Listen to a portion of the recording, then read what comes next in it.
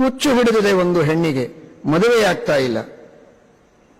ರಘುತ್ತಮರ ಸೇವೆಗೆ ಬಂದಿದ್ದಾರೆ.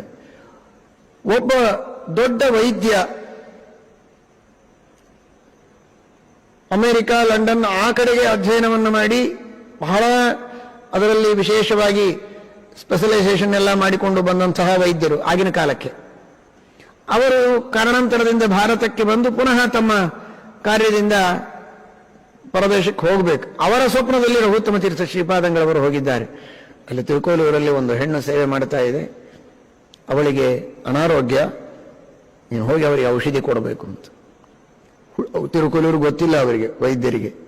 ಕೇಳಿಕೊಂಡು ಹುಡುಕಿಕೊಂಡು ಬರ್ತಾರೆ, ಇಲ್ಲಿ ಯಾರಿದ್ದಾರೆ ಏನು.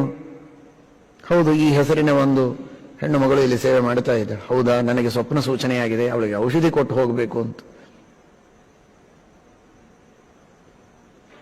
ವಿಚಿತ್ರವಾದ ಮಾರ್ಗಗಳು, ಭಗವಂತನ ಸಂಕಲ್ಪದಂತೆ ಗುರುಗಳು ಹೇಗೆ ಪ್ರೇರಣೆ, ಕೆಲವೊಮ್ಮೆ ನೇರವಾಗಿ ಅನುಗ್ರಹ, ಔಷಧಿಯೇ ಇಲ್ಲ, ಉಪಚಾರವೇ ಇಲ್ಲ. ಕೆಲವೊಮ್ಮೆ ವೈದ್ಯರಿಗೆ ಪ್ರೇರಣೆ ಮಾಡ್ತಾರೆ.